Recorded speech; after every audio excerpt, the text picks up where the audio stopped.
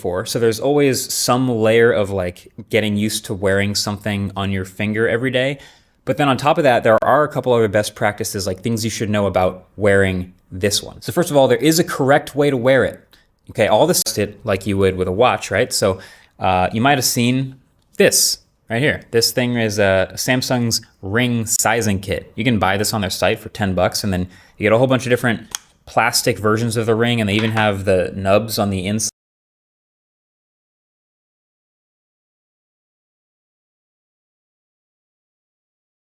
I wore the Samsung Galaxy Ring for 6 months straight to determine if it is precise in its measurements, if the battery actually lasts a long time, and if it's worth the price. When the Galaxy Ring came out last year, I actually bought one. I was intrigued by the promised tech, and I was curious how materials, but this one in particular, I think the geometry really does help it a lot. So the other 3 rings I have here, I have the newest Oura ring, I have the Ringcon Gen 2, I have the Ultra Human Air, and of course the Galaxy Ring. And of all of them, the only one to wear it out, it's more versatile. You don't have to dress it up or dress it down to match an outfit. It's just a simple concave titanium design that looks good anywhere.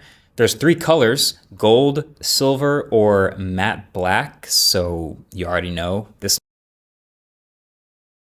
Let's go ahead and talk the tech inside of this tiny little ring. It's got a heart rate tracker, it's got skin temperature sensors, and a 3 LED PPG sensor that works with the Galaxy AI app to analyze your health. And yes, it's also got a built-in accelerometer to track movement and workouts. Now the Samsung Health app, you haven't walked around enough. You should get up, and I just didn't want to deal with it. But in November, I had traveled to India for a MediaTek trip.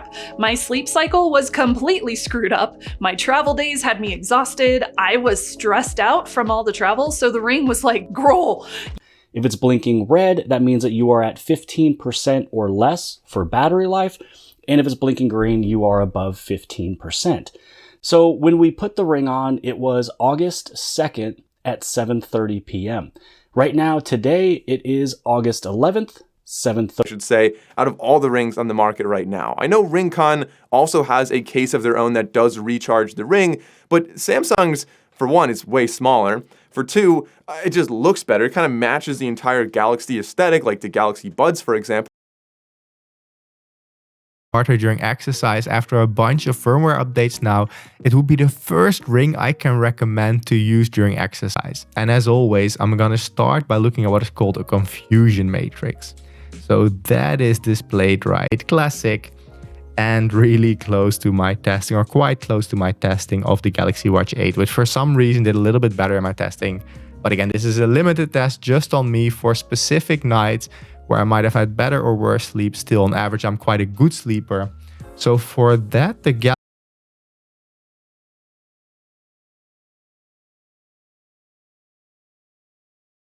it doesn't give me like deep insights into certain things. The energy score I think is very interesting and can be very helpful with this, but I want to clarify something that in the original reviews, people were saying it is like body battery. I myself was saying it was like body battery as well because I know that I actually had my ring off for a little bit the other day just because I was moving a bunch of asphalt and rocks and I didn't want to hurt the ring as well.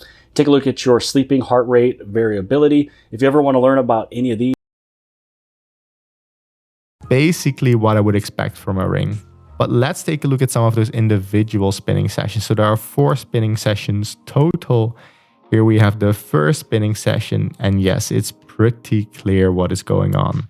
So in red, we performed, and here we can also see that I had auto pause turned on. So anytime I stopped, it actually stopped tracking my heart rate. So this is something I should fix for my next test. But overall, you can see the heart rate according to the Galaxy Ring is all. Is it?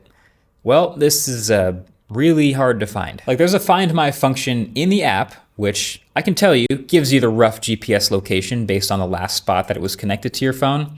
And it can light up the LEDs. Stage tracking. However, Galaxy Watches and the Galaxy Ring are getting closer and closer in performance to these other devices. So I am happy Samsung is making improvements. I wish they were even better. And in general, there is no discharge in just like a day or a day and a half. So fast forward to September the 20th, and I was on my way to the Snapdragon Summit in Hawaii. I charged the ring before my trip, and then by the time I got to Hawaii, guess what? It was already dead. So for the entirety of my Snapdragon Summit and after, it started hurting quite badly. So I tried taking off my Galaxy Ring, only to realize that I couldn't. And I also noticed that my finger was quite swollen up. And then I looked at my ring closely, and you know how it's got those two bumps that are the hard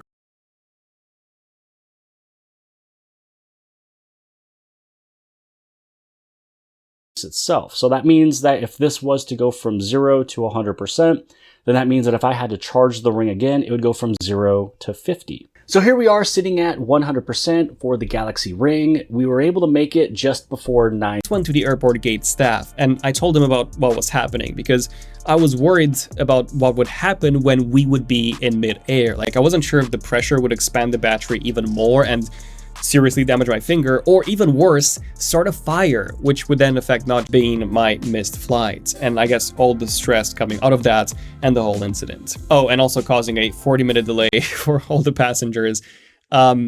Yeah, I'm really sorry about that. However, things could have gone way worse. With my wrist, I think 3 or 4 years ago, my wrist is better now, but wearing a watch too tight while I slept gave me some tendon problems in my wrist there. And so ultimately a ring kind of alleviates a lot of that problem. So if you can afford it, having a Than a day. And you guys know I love Samsung, but I gotta be honest, I have had 2 Galaxy Rings myself, and both of them have had battery issues. So some of you guys might remember this, but my first Galaxy Ring that I got ran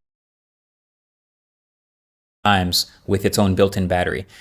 So it's not meant to replace a smartwatch. It's just a different offering of a product into the same ecosystem. But that conveniently brings me to my last point, which is they've leaned an alarm, and it does take a little bit of practice to get it right. Since the S25 Ultra no longer has Bluetooth S Pen support built in, this is an alternative to take photos with a remote control. Overall, I like the design, I like the battery life, I like that there's no subscription fee, I don't like that it's only false claims out there that it only works with Galaxy phones. I think that was kind of a rumor based on something Samsung said on their spec sheets before the Ring came out. It actually does work with most Android phones quite well. All you have to do is get the Galaxy Wear app, but you may miss out on something. We took a look at the gestures, some of the settings as well. So I pretty much had every single thing on. So again, I love this ring. I think that if you're not looking at buying a new watch and you're looking at something that could be cheaper than a watch, but you still want to track every